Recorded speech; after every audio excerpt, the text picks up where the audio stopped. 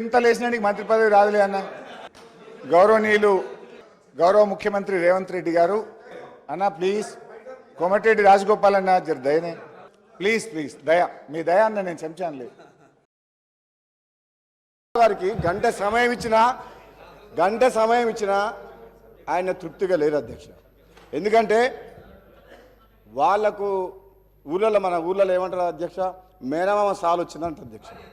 అంటే ఆయనకు మాటలు చెప్పడంలా, అబద్ధాలను నిజం మాట్లాడలా.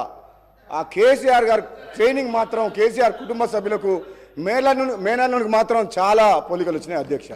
ఇంత సమయం ఇచ్చిన తర్వాత కూడా మరి గవర్నమెంట్ని ఇట్లా మాట్లాడడం అంటే ఏంటి అధ్యక్ష ఇదంతా?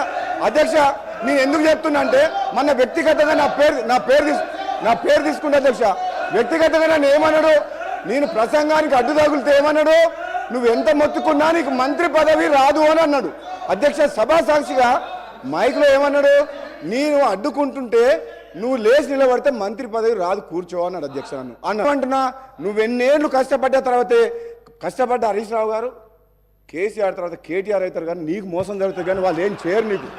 నువ్వు మాత్రం ఎంత కష్టపడ్డా నిన్ను వాళ్ళు నీకు తండ్రి కొడుకులు వాడుకుంటారు తప్పితే నీకు అక్కడ న్యాయం జరగదు. అధ్యక్ష ఒక్క నిమిషం అధ్యక్ష నాకు కంప్లీట్ అయిపోతుంది ఒక్క నిమిషం. నన్ను ఒక మాట అధ్యక్ష, నాకు క్లారిఫికేషన్ ఇస్తున్నా.